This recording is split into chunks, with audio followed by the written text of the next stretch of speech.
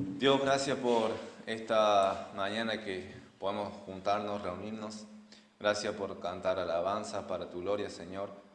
Gracias porque estamos aquí y no lo merecemos. Tenemos la salvación, la vida eterna y no lo merecemos. Por nuestro pecado, de forma intencional y de forma deliberada, Señor, con el que vamos muchas veces. Y no merecemos, solamente merecemos el castigo, el fuego eterno, la condenación, pero por tu amor infinito con el que nos amaste y por tu gran misericordia, Señor, podemos experimentar el nuevo nacimiento, podemos experimentar el gozo de la salvación que viene a través de la fe en Jesucristo. Gracias, Padre, por ello. Te ruego, Señor, que los que estén aquí, que puedan estar pensando, empezar a concentrarse en ti, en concentrarse en tu palabra, Padre, que quite toda distracción, que quite todo afán, que quite toda amargura o lo que esté luchando, cada tentación, Padre. Haz que se enfoque en ti, en tu persona. Señor, te ruego para que tu palabra pueda llegar y penetrar, que quites la barrera, seguro que hay demonios, Satanás obrando ya, queriendo interrumpir tu palabra, no solamente aquí, sino en otros lugares donde se predica tu palabra en este momento. Señor, te ruego que tú obres a través de tu palabra. Y sabemos que no volverá vacía. Tú vas a hacer con ella lo que tú quieres. Y confiamos en ello. Sabemos que tu palabra tiene poder, Señor. Gracias, Padre, por darme el privilegio de poder presentarla.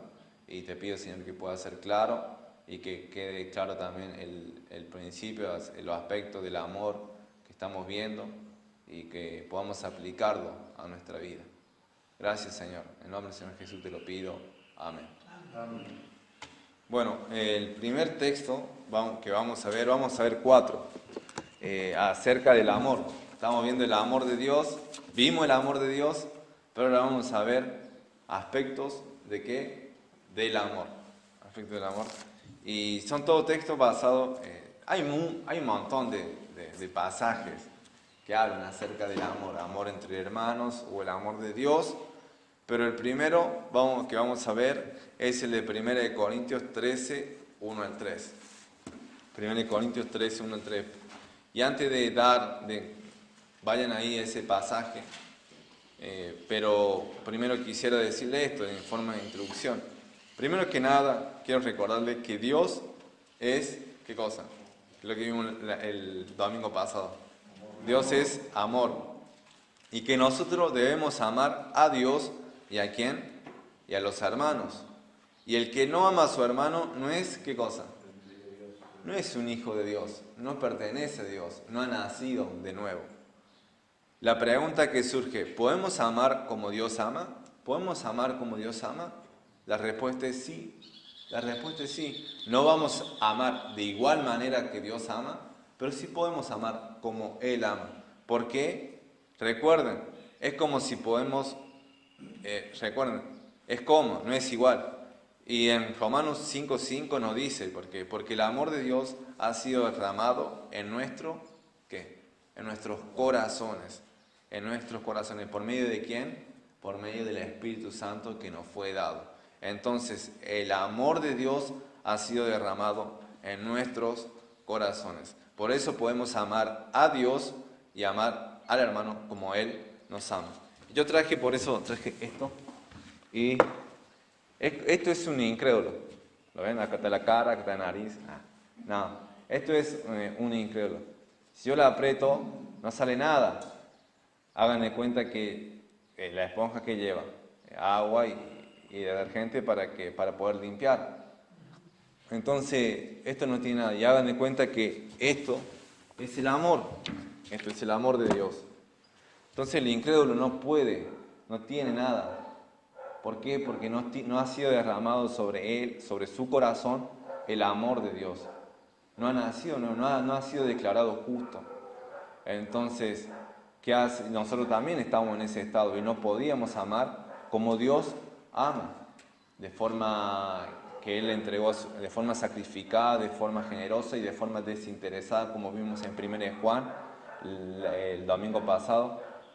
Pero sabemos que Dios nos rescató, nos declaró justos por la sangre de Jesús, y el amor de Dios ha sido derramado en nosotros. Ahí un poco de magistral. Le estoy haciendo una propaganda magistral.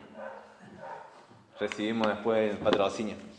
Pero el amor de Dios ha sido derramado en nosotros.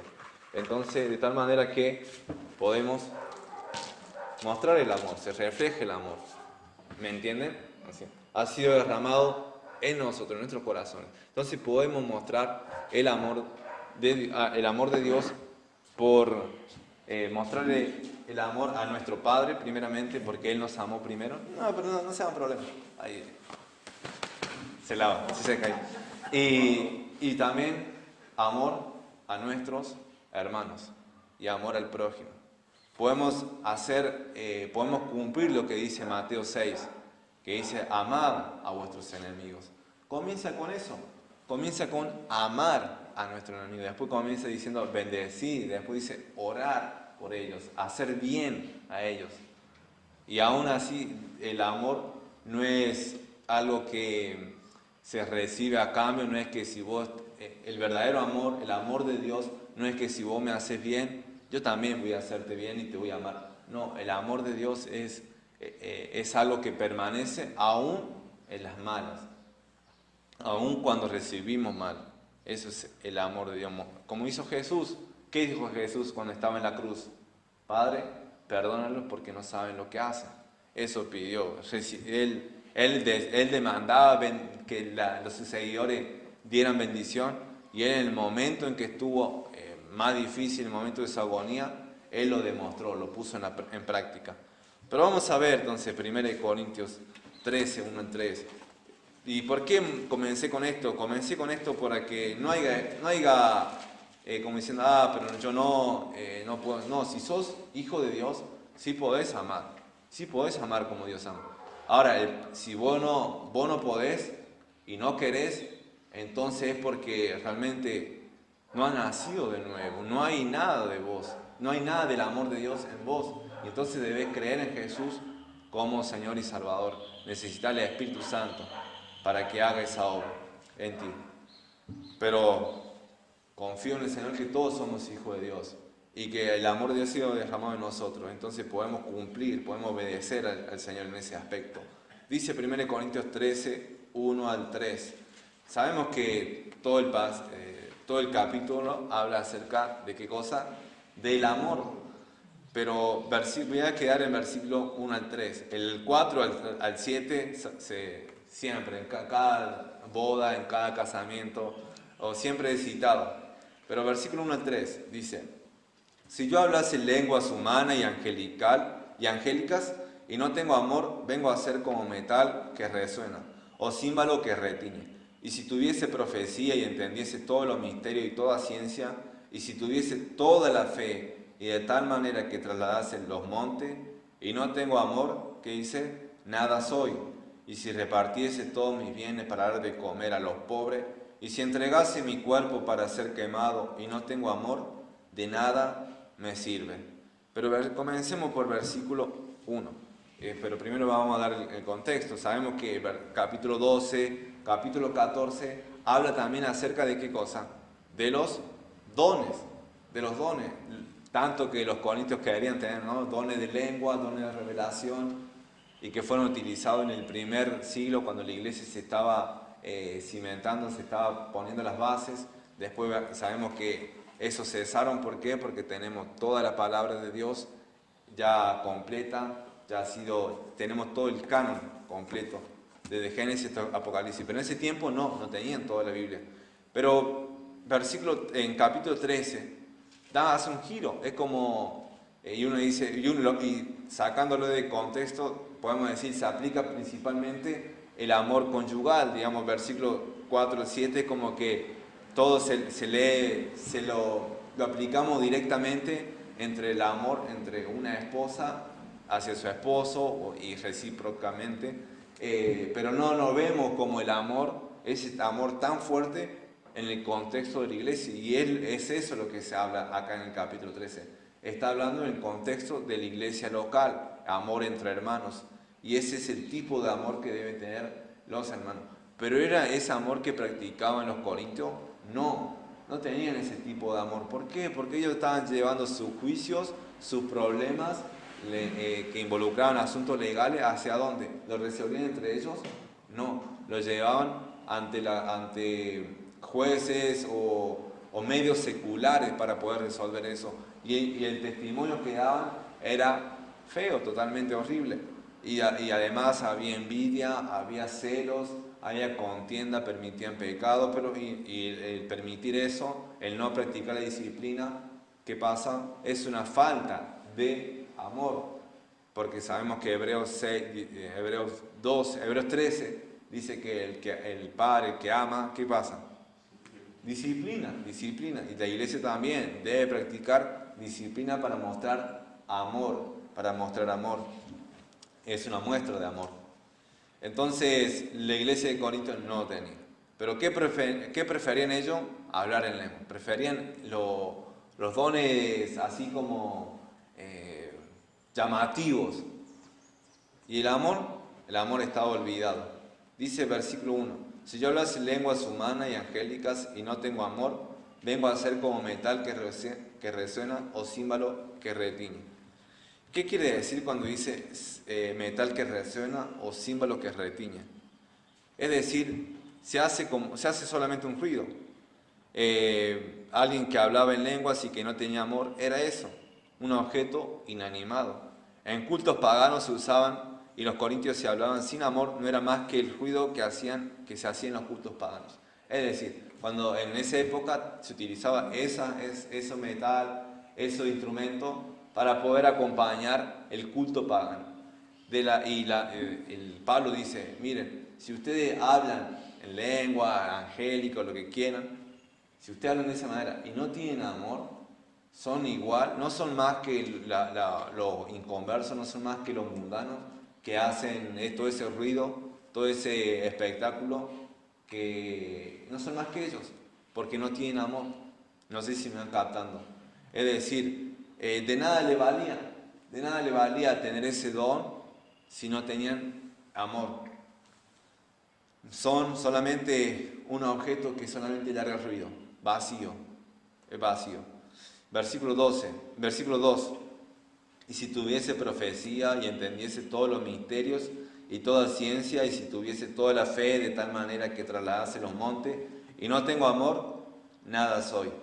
Sabemos que el primer don que dice si tuviese profecía, continúa desarrollándolo en el versículo 14, que la profecía es superior ¿a quién? Sobre el don de lengua, porque el don de lengua no edifica, porque solamente edifica uno mismo, y el don de profecía sí, era para toda la congregación, pero sabemos que eso era para la iglesia en ese entonces. Ahora nosotros no lo practicamos porque ya cesaron.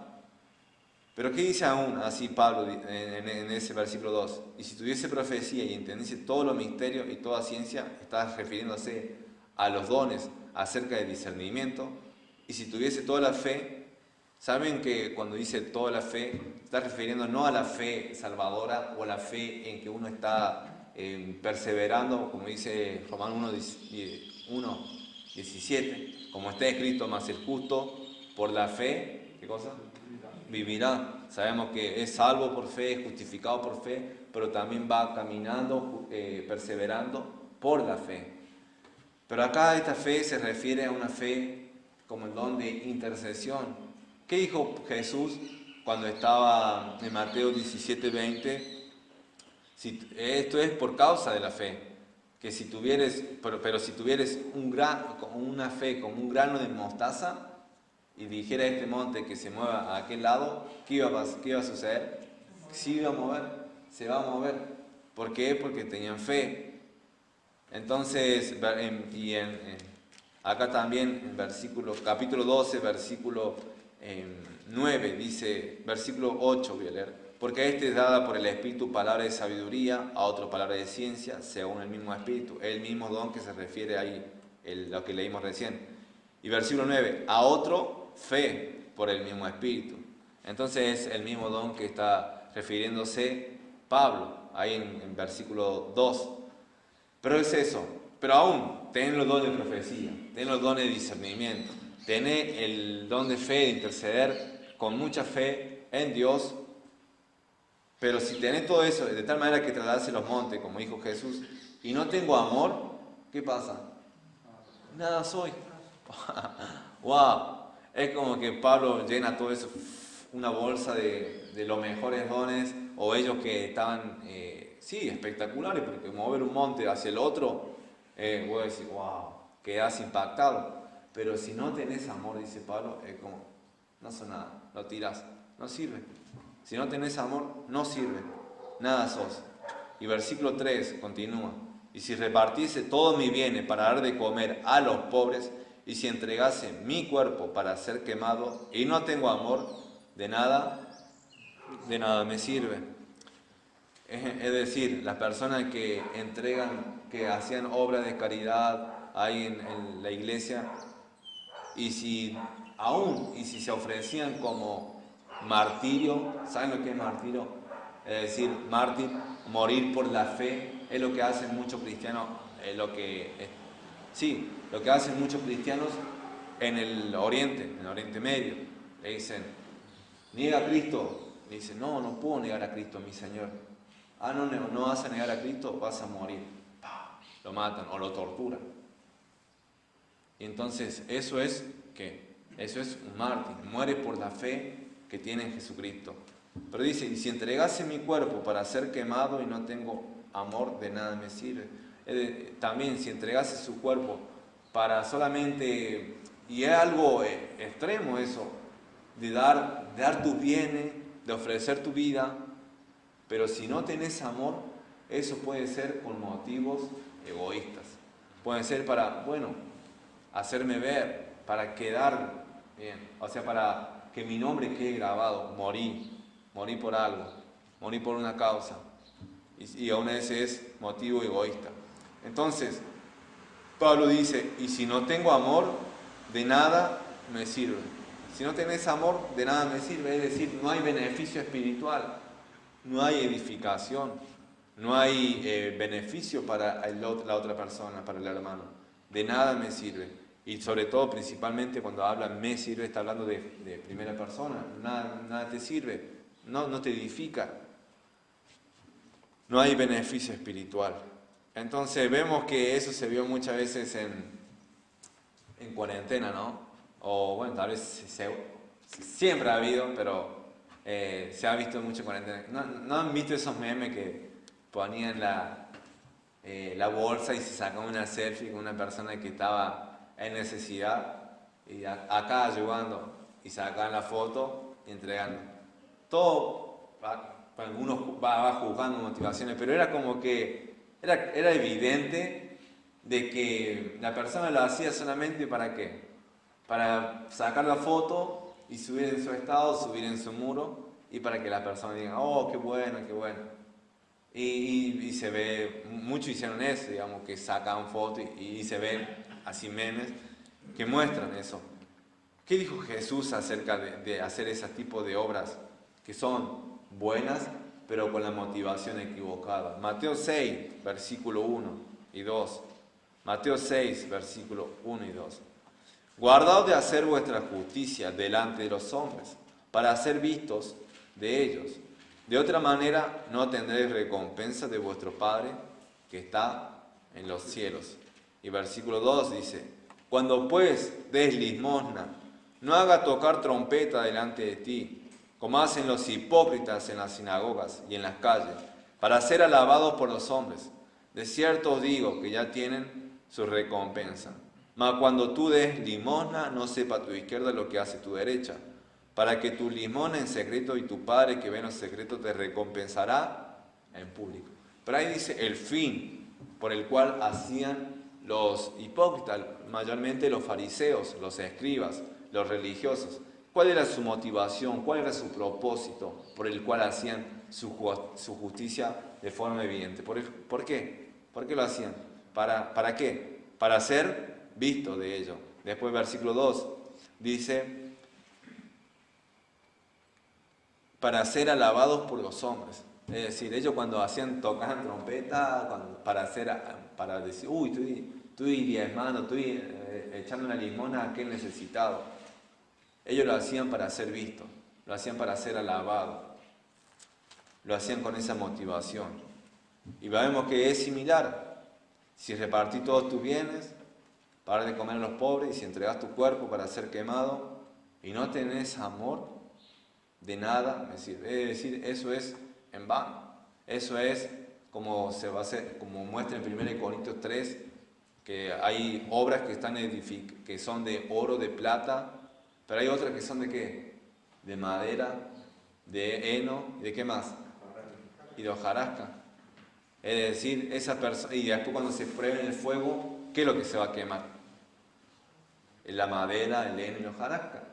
Son material que no resisten el fuego. En cambio el metal, el oro, la plata, en cambio eso sí, porque es un metal, va a aguantar, va a resistir en la prueba. Entonces acá estas acciones que son sin amor, que están sin esa motivación, no sirven, no traen beneficio, no tienen duración eterna. Como hermanos en Cristo debemos amarnos. Y esa debe ser nuestra motivación. Debemos poner por obra el amor entre nosotros. Debemos poner por obra el amor entre nosotros.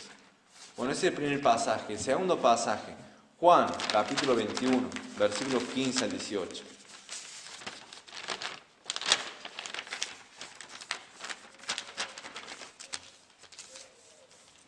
Juan, capítulo 21, versículo...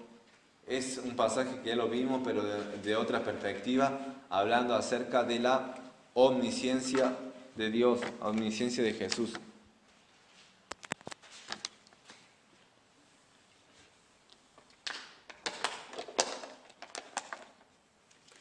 Versículo 15 al 18. Capítulo 21 de Juan, versículo 15 al 18. Dice, cuando hubieron comido, Jesús dijo a Simón Pedro, Simón, hijo de Jonás, ¿me amas más que esto? Le respondió, sí, Señor, tú sabes que te amo. Él le dijo, apacienta mis corderos. Volvió a decirlo la segunda vez, Simón, hijo de Jonás, ¿me amas? Pedro le respondió, sí, Señor, tú sabes que te amo. Le dijo, pastorea mis ovejas. Versículo 17. Le dijo la tercera vez, Simón, hijo de Jonás, ¿me amas? Pedro se entristeció de que le dijese la tercera vez, ¿me amas? Y le respondió, Señor, tú sabes todo, tú sabes que te amo. Jesús le dijo, apacienta mis ovejas. Entonces vemos acá que el amor que a Jesús se demuestra por el servicio, por el cuidado al hermano. Por el cuidado al hermano. El amor que tenemos hacia Jesús es demostrado por el cuidado que tenemos hacia el hermano. Sabemos que Pedro, en 1 de Pedro capítulo 1 al 5, está dirigiéndose a los pastores. Y él dice que hay que apacentar la grey, siendo ejemplo de la grey, y no por fuerza. Y sabemos que Pedro era una persona impetuosa, una persona dominante. Pero él ahí totalmente cambia. Vemos un Pedro totalmente cambiado. Dice que él da gracia a los humildes y resiste ¿a quién? A los soberbios. Dios da gracia a los humildes y resiste a los soberbios. Entonces Pedro ya tenía otra actitud, una actitud de humildad, una actitud de amor hacia la obra. Y está cumpliendo lo que le dijo Jesús. ¿Vos me amás? Pedro, ¿vos me amás? Bueno, apacentá mis corderos. ¿Vos me amás? Sí, te amo. Bueno, apacentá mis ovejas, pastorea mis ovejas. Y así le dijo nuevamente hasta la tercera. Señor, tú lo sabes todo, tú sabes que te amo. Jesús le dijo, apacienta mis ovejas. Ese debe ser, el amor a Jesús es nuestra fuente, es nuestra motivación, es el motor por el cual cuidamos. Si no tenemos amor a Jesús, no vamos a poder amarnos los unos a los otros. Y principalmente aplica al pastor de una congregación. Si un pastor no ama a la iglesia donde está pastoreando, se tiene que ir o tiene que retirarse porque, como decía lo peor, como decía alguien, lo peor del ministerio es las personas, decía. Pero el ministerio es las personas. El ministerio son las personas, son las almas. Y cada persona tiene su dificultad, tiene su defecto. Es como una oveja. Hay ovejas que van caminando, que siguen como quien diría, la guía del pastor. Y hay ovejas que por su necedad, por su cosa, y se van quedando y se distraen y se van para aquel lado. ¿Y qué hace el pastor? No la deja, sino que va, la agarra y la vuelve a traer. Y seguro que en ese momento, si fuera un mal pastor, va y sigue su camino y lo deja. Pero eso es alguien que no ama a sus ovejas. En cambio, un pastor ama a sus ovejas, debe amar sus ovejas. Y acá se aplica directamente. Pero ¿qué hay de nosotros? Porque cada uno de nosotros tenemos posiciones. Cada uno de nosotros debemos mostrar amor hacia el hermano. Primero, amor hacia Jesús, y que eso debe llevarnos a cuidar a nuestros hermanos, a servir a nuestros hermanos. Entonces te hago esta pregunta: ¿estás pastoreando el corazón de tus hermanos? ¿Estás pastoreando la vida de tus hermanos? ¿Se imaginan que si ahora somos 10? Bien, yo en cierta manera, o el pastor podría llamar a cada uno durante la semana: ¿cómo estás? ¿Cómo andás? O ir a visitar. Pero imagínense si una iglesia de 50, una iglesia de 100, una iglesia de 200, ¿el pastor podría hacer eso? Sí, yo creo que sí podría, pero se dedicaría solamente a hacer eso y no a estudiar ni a orar, que es lo que dice Hechos 6, que los apóstoles decían para que eligieron diáconos para tener tiempo para dedicarse a la palabra y a qué cosa, y a la oración. Y es lo que hace eficaz el ministerio de un pastor. Pero lo que voy es esto: que debemos acostumbrarnos a pastorearnos unos a los otros, a llamarnos, a mensajearnos, a visitarnos, a preguntar cómo estás, aún ahora. Muchas veces agarramos, se termina la reunión y yo por ahí siempre digo: bueno, esperemos más tranquilo, no parezcamos que ya queremos cerrar todo y ya dejar todo, ¿no? Y levantar. Antes teníamos una mesa, terminar la reunión y queremos levantar la mesa. Y es como que damos un mensaje de que, bueno, nos queremos ir, queremos dejar todo listo y nos queremos ir. Para la persona que viene por primera vez, es como decir: esto ya me tienen la Biblia ahí y ya me están desarmando la mesa. No, digamos, el tiempo que estamos ahora juntos, debemos aprovecharlo. Debemos hablar, compartir las cargas. Sabemos que hay hermanos fuertes y hay hermanos débiles en la fe. No es que uno es mejor ni nada, pero debemos apoyarnos. ¿Qué dice Gálatas 6? Sobrellevar los unos a los otros las cargas. O sea, sobrellevar las cargas los unos de los otros. Entonces hay que ir llevándonos la carga. Un día vas a estar mal, un día vas a estar triste, un día vas a necesitar que alguien ore por vos, que ore con vos y que te demuestre ese amor. Y porque lo hace con sinceridad el corazón. Y eso se trata del amor. Amor ágape es ese. Es el amor sincero, desinteresado, un amor sacrificado, un amor generoso. Así que por eso digo, ¿no estamos pastoreando entre hermanos? ¿No estamos pastoreando? También, ¿estás pastoreando los corazones de tu familia? ¿Estás pastoreando? ¿Estás invirtiendo tiempo en ellos? Miren, acá hay varios padres, ¿no? Y seguro que ya sus hijos no tienen la misma edad que cuando eran niños. Pero un niño quiere pasar tiempo con su padre, ¿o no es así? No sé ustedes cómo eran de niño, pero un niño naturalmente quiere pasar tiempo con su padre. Pero ¿qué es lo que hacen ahora los padres? Muchos padres le dan celular, le dan la computadora, y es eso lo que le educan. Y eso pasa en el mundo secular, pero no debe pasar en el mundo cristiano, en los padres cristianos, o en los esposos cristianos.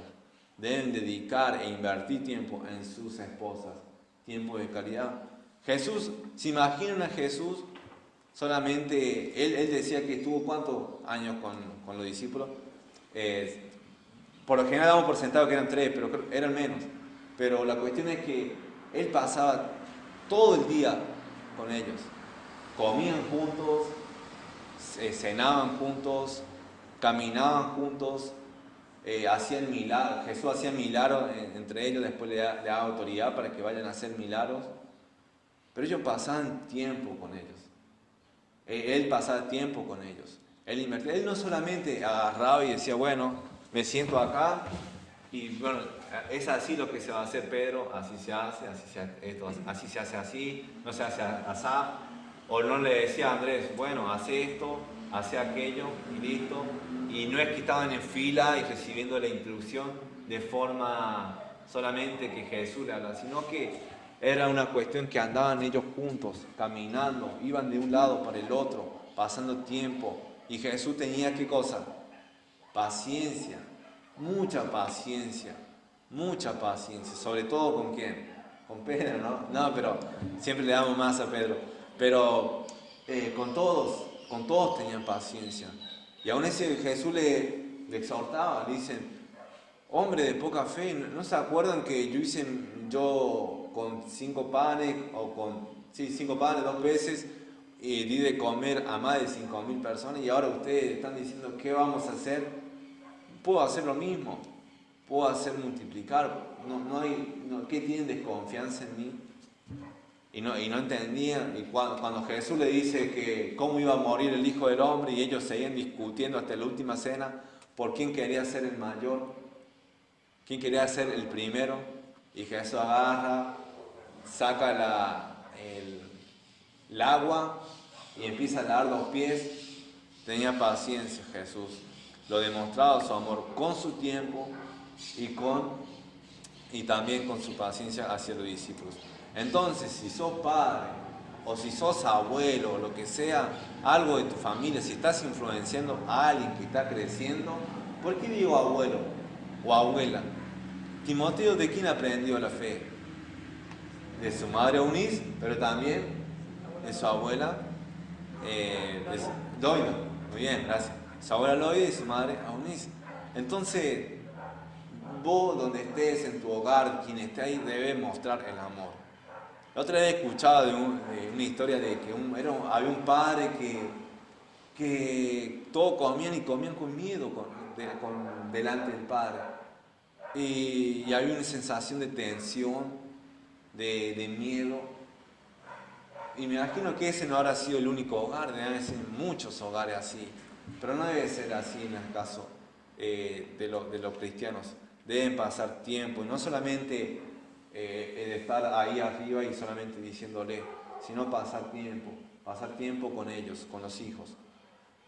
Miren, yo me acuerdo siempre de mi papá. Mi papá, en cierta manera, no, ahora está acá, ¿no? Pero es una de las cosas que es favor o en contra, no sé, pero puedo utilizar ejemplos.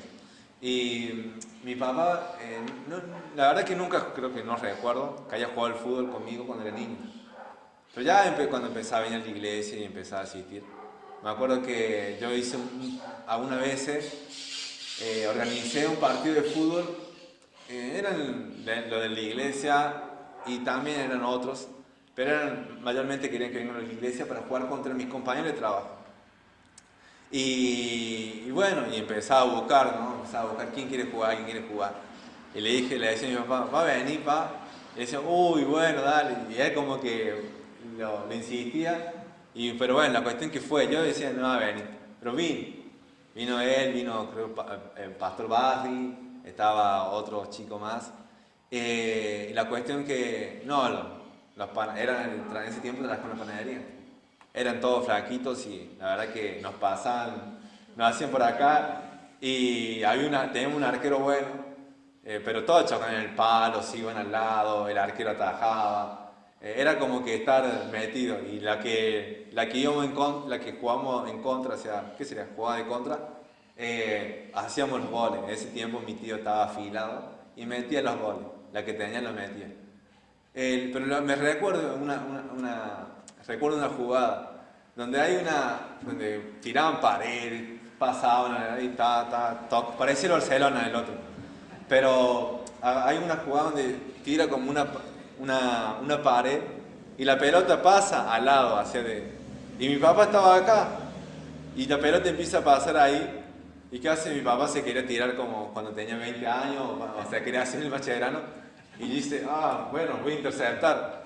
Pero ¿qué hace? Se tira así, parecía como que ¿Alguna vez vieron caer un mueble? Una heladera. Bueno, hagan cuenta que fue así. Se tiró, pero no pasó la pelota, casi no hacen el gol, y yo tirándome, después me levanto, y lo veo a mi papá que recién se está tratando de levantar ahí. Pero digo, esa cosa, uno no se lo olvida más. Esas cosas no se lo olvida más. Ganamos, sí, fue bueno, pero el tiempo ese junto que uno pasa, eso no se lo olvida más. Entonces, como padre, yo le animo a que puedan pasar tiempo con sus hijos, con sus esposas. No le den solamente el celular, no digan, bueno, yo agarro, vení, esto es lo que tienen que hacer con la Biblia, pum, pum. Porque un adolescente o un niño es inteligente, se da cuenta cuando solamente le querés mandar, solamente le querés decir cosas y no querés realmente pasar tiempo con él.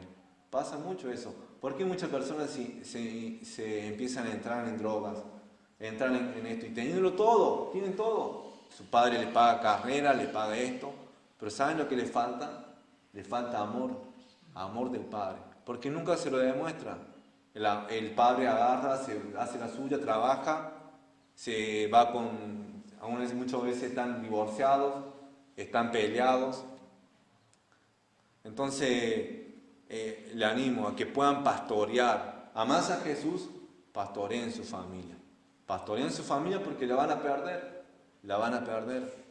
Un niño, un adolescente, todavía está ahí. Pero ya cuando son grandes, es difícil entrarle.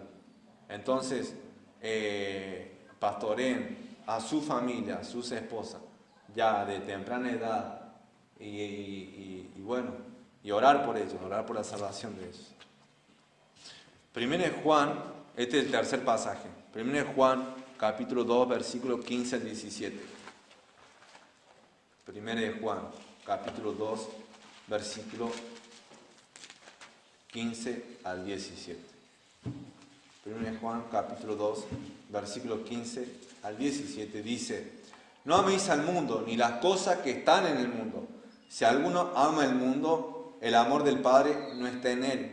Porque todo lo que hay en el mundo, los deseos de la carne, los deseos de los ojos y la vanagloria de la vida, no proviene del Padre, sino del mundo.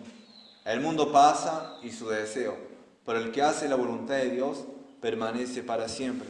Entonces acá puse, el cristiano debe amar a Dios, no al mundo.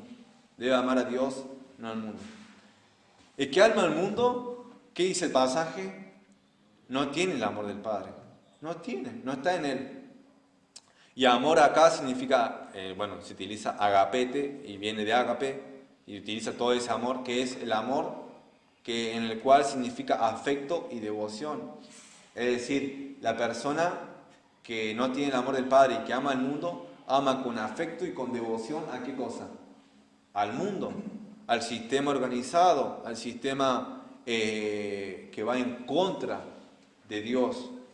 El que ama al mundo realmente no es cristiano. Recuerden, Juan habla en blanco y en negro.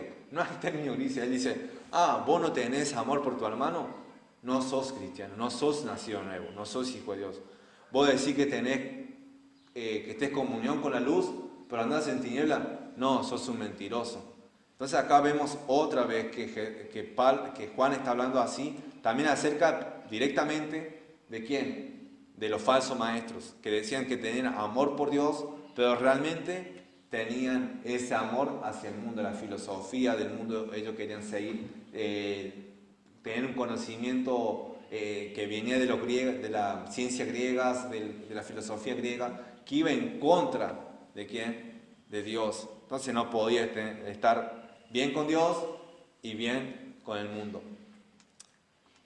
Porque todo lo que hay en el mundo, los deseos de la carne, los deseos de los ojos y la vanagloria de la vida, no proviene del Padre, sino sino del mundo. Y el mundo pasa y su deseo, pero el que hace la voluntad de Dios permanece para siempre.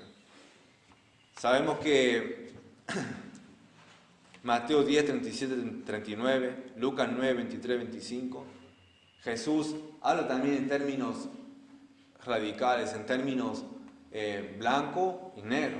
El que ama a padre o a madre más que a mí, no es digno de ¿qué?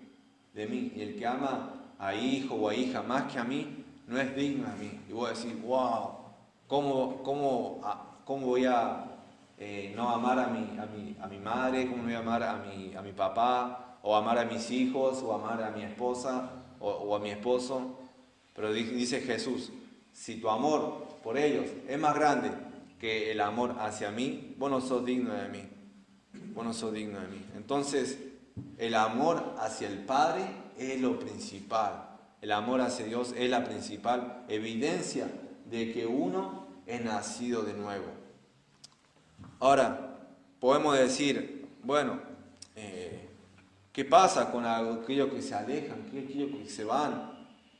Y lo que pasa es que si vamos a ser bíblicos y vemos todo lo que dice acá en 1 Juan, dice versículo 19, salieron de nosotros pero no eran de nosotros, porque si hubiesen sido de nosotros, habrían permanecido con nosotros, pero salieron para que se manifestase que no todos son de nosotros. Entonces hay muchos, no digo que sí, hay creyentes que, yo sé que muchos de los que están ahí en las fotos, algunos de ellos son creyentes y van a volver. Dios lo va a quebrantar para hacer volver, porque Dios al que es su hijo, al que ama, ¿qué cosa? Disciplina, lo va a disciplinar, lo va a quebrantar para hacerle volver, de alguna u otra forma. Pero hay muchos de ahí que realmente no son de nosotros. ¿Por qué? ¿Cuál es la evidencia? Porque salieron de nosotros, se fueron, no permanecieron.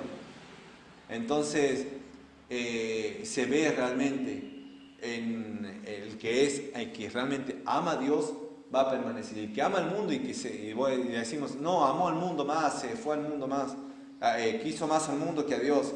La realidad es que no era nacido de nuevo. No nació de nuevo, no se convirtió, nunca se convirtió. Solamente vivió una emoción, una religión, o de chico le traían y después siguió con lo suyo, porque realmente su corazón no había sido convertido. El que es cristiano, el que es verdadero, va a permanecer. Tenga sus padres creyentes, o sus padres incrédulos, va a permanecer.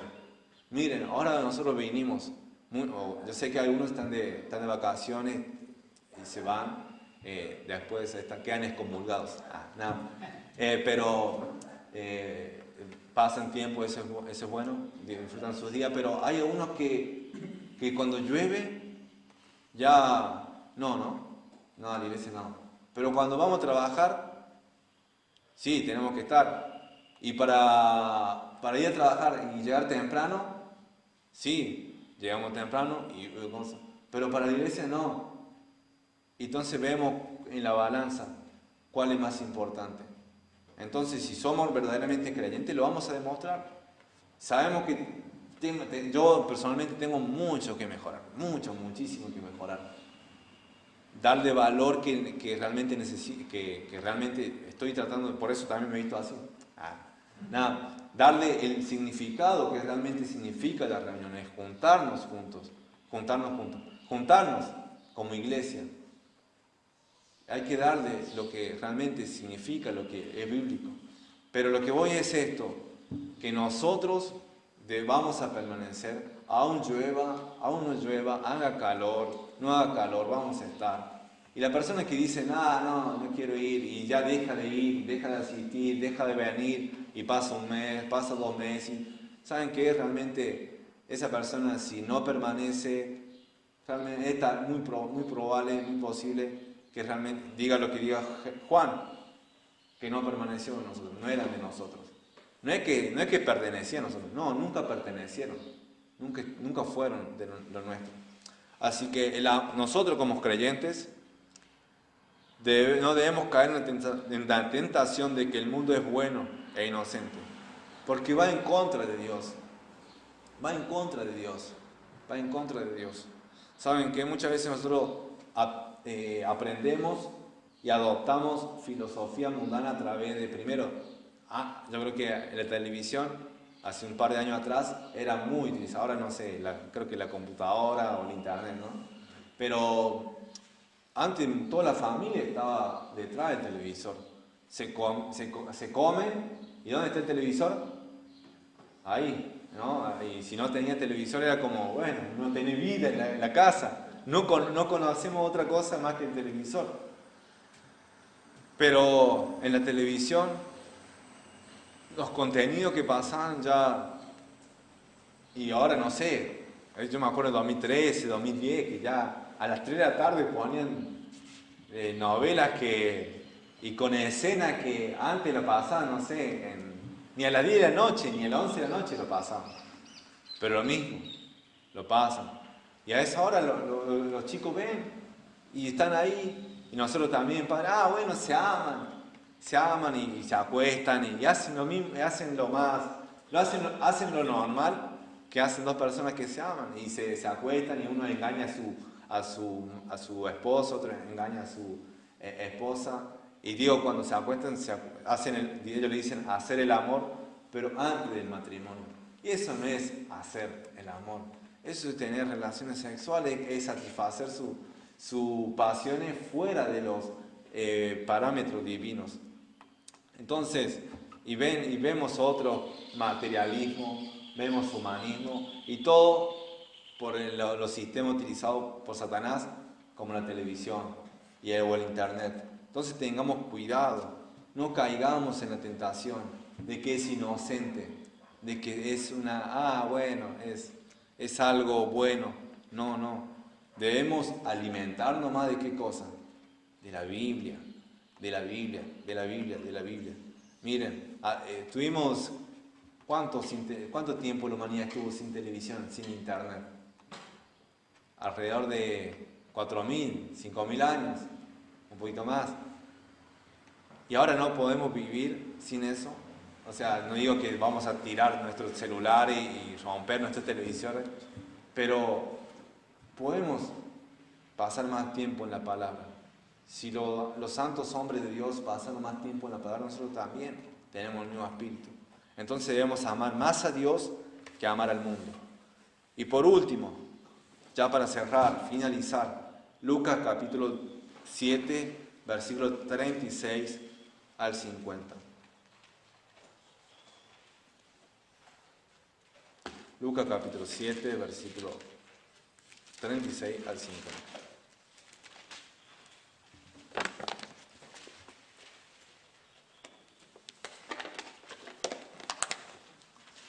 Yo lo titulé en esta historia, a quien se le perdona poco, poco ama.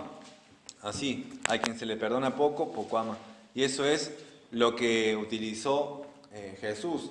Versículo 36, es larga, pero debemos leerla.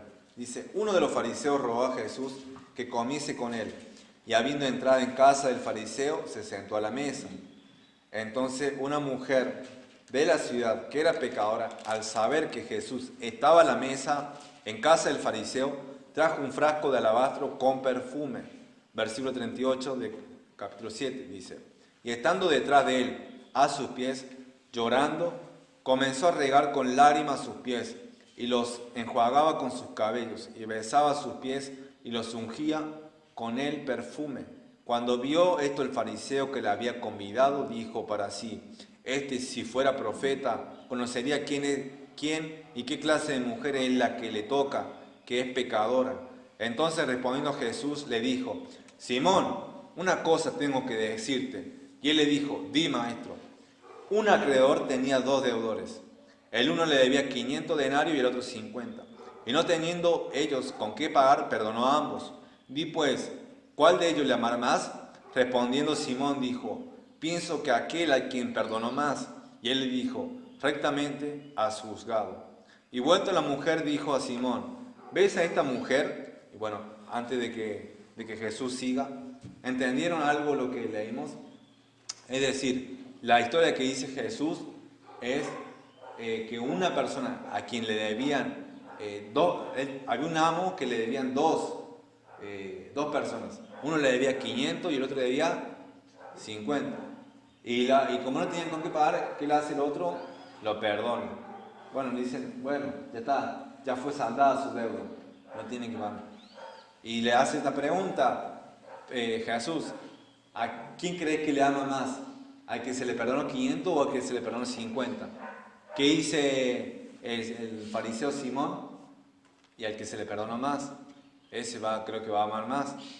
Y Jesús le dice, sí, es así. Y versículo 44, vuelto a la mujer dijo a Simón, ¿ves a esta mujer? Entré en tu casa y no me diste agua para mis pies, mas esta ha regado mis pies con lágrimas y los ha enjuagado con sus cabellos.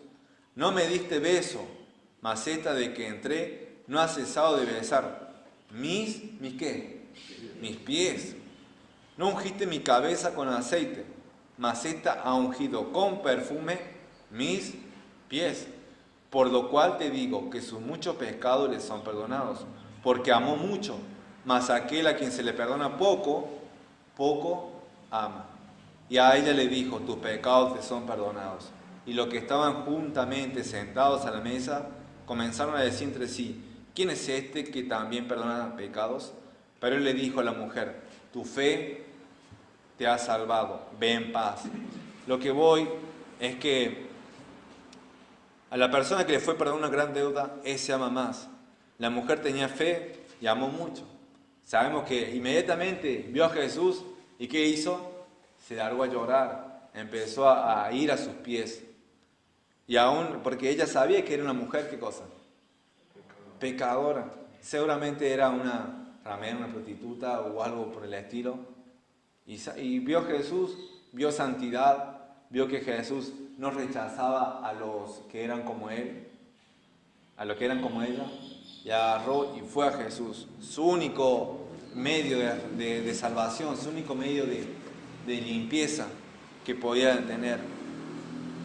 El entender que Cristo era el único que podía salvarle, y fue con fe, y siendo limpiada de su pecado, ella demostró su amor por Jesús, al lavar de los pies, besar de los pies, perfumar de los pies. Ahora, ella porque entendía que era una mujer, ¿qué cosa? Pecadora. Simón, el fariseo, pensaba que estaba a la altura ¿de quién? De Jesús. Se creía justo, se creía que era igual que Jesús. No le lavó los pies, no le dio ni un beso, nada. Y Jesús no estaba diciendo que le dé un beso en los pies. Estaba diciendo, dame un beso. Y aún así, beso en el sentido de afecto, ¿no? O perfumarle, también dice, no me ungiste mi cabeza con aceite. Pero la mujer se humilló, fue a los pies. ¿Y saben cómo eran los pies en ese tiempo? Eran como ahora. No, pero en ese tiempo se ensuciaban. En ese tiempo era todo de tierra y no utilizaban zapatillas o zapatos como ahora. Jesús no utilizaba nuestras zapatillas Adidas, Topper o Nike, no. Andaba con qué cosa? Con sandalias. ¿Se imaginan la mugre que juntaban los pies de los discípulos y también de Jesús? Porque era una persona, era un hombre. No es que tenía los pies siempre limpios, no. Necesitaban que le laven los pies. ¿Y qué hizo la mujer? Fue y se humilló y lavó los pies de Jesús con sus propias lágrimas. Él estaba conmocionada. Y también no solamente eso, besó y los perfumó con alabastro. Entonces, con perfume que llevaban alabastro. Lo que voy es esto, muchas veces nosotros no nos humillamos y no mostramos el amor a Jesús y no tenemos amor a Jesús porque nos creemos justos. Nos creemos justos y vivimos en frialdad y vivo en frialdad.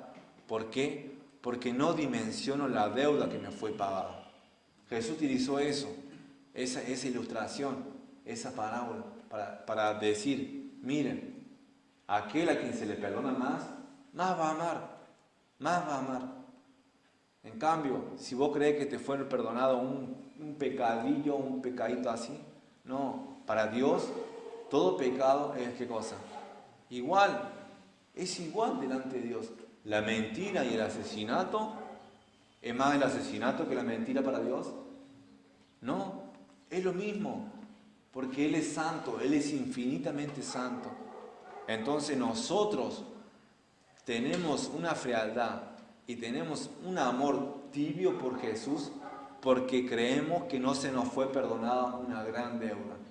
Entonces cuando nosotros somos como la mujer esta, cuando entendemos que nos fue perdonada una gran deuda y vamos a amar mucho más, vamos a amar a Dios y vamos a hacer las cosas con excelencia para la gloria de Dios. Y vamos a humillarnos, vamos a besar los pies de Jesús, vamos a lavar los pies de Jesús y vamos a perfumar los pies de Jesús.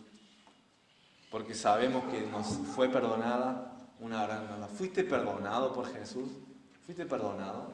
Yo sí fui perdonado por Jesús. Y doy gracias a Él y pido que Él avive, porque aún estoy tan frío como esto, tan frío y ve a la persona sin compasión y no querer predicar de Jesús, o seguir con la rutina y ni siquiera están pensando en las cosas de Dios. Pidamos a Dios que nos dé una conciencia de que nos fue perdonada una gran deuda, porque esa es la realidad.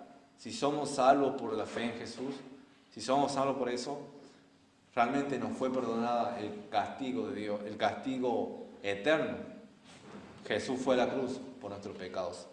Así que, hermanos, para repasar, 1 Corintios 13, 1 al 3, vimos que hay que tener amor. Hay que tener amor en cualquier cosa que hagamos. Cualquier cosa que hagamos. Debemos, sobre todo en el contexto de la iglesia, debemos tener amor. Si movemos una silla, lo debemos hacer con amor. Si barremos, con amor. Si llamamos a un hermano, por amor. Muchas veces nosotros podemos ayudar a un hermano, pero lo hacemos con una actitud actitud mala. ¿No le ha pasado eso? ¿O soy el único? Sí, creo que no ha pasado. A veces lo hacemos como por mero compromiso. Y no debemos tener ese tipo de amor. Debe ser un amor como Dios. Y Juan, capítulo 21, 15 al 18, que es similar hablando Jesús a Pedro que pastoree sus ovejas, también nosotros debemos pastorear a nuestros hermanos. Pastorear, y ustedes padres, o lo que sea, nosotros también hijos, debemos guiar, pastorear a nuestra familia. Primero de Juan, capítulo 2, 15 al 17, el tercer pasaje que vimos. Debemos amar más a Dios, debemos amar a Dios y no amar al mundo. Porque todo lo que hay en el mundo no agrada a Dios, no proviene de Dios.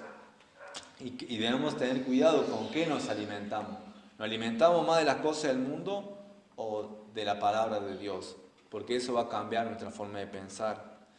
Lucas capítulo 7, 36 y 50 fue la última que puse. A quien se le perdona poco, poco ama. A quien se le perdona poco, poco ama. Y si al que se le perdona mucho, ¿qué va a pasar? Mucho ama.